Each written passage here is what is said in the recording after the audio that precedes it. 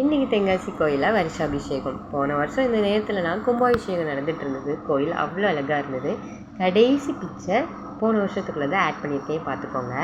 So நாம் ஒரு கஷ்டம் அப்படின்னு தான் கோயிலுக்கு போகிறோம். அங்கே போனால் நிம்மதி கிடைக்கும் அப்படிங்கிறது எல்லாருக்கும் தெரியும். ஆனால் அந்த கோயிலுக்குள்ளே அவ்வளோ தூண்லேயும் திருநாரும் குங்குமம் தட்டி அவ்வளோ அசிங்கமாக்கி வச்சுருக்காங்க. நான் போன வருஷம் நினச்சேன் கும்பாபிஷேகம் அன்றைக்கி அவ்வளோ நீட்டாக இருந்த கோயில், எப்படி இது கொஞ்ச நாள்லையே இந்த மக்கள் திருநாரை தட்டி அழுக்காக்கிடுவாங்கன்னு நினச்சேன். அதே மாதிரி தான் அவ்வளோ தூண்லேயும் வெள்ளையாக குங்குமம் தட்டி திருநாரையும் தட்டி வச்சுருக்காங்க.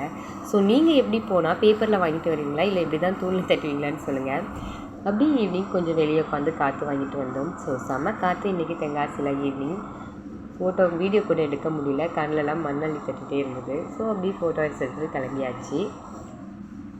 இந்த ஃபோட்டோ தான் நம்ம போன வருஷம் கும்பாபிஷேகம் அப்போ நான் எடுத்த ஃபோட்டோ. வீடியோ பிடிச்சிருந்தா லைக் பண்ணுங்கள்.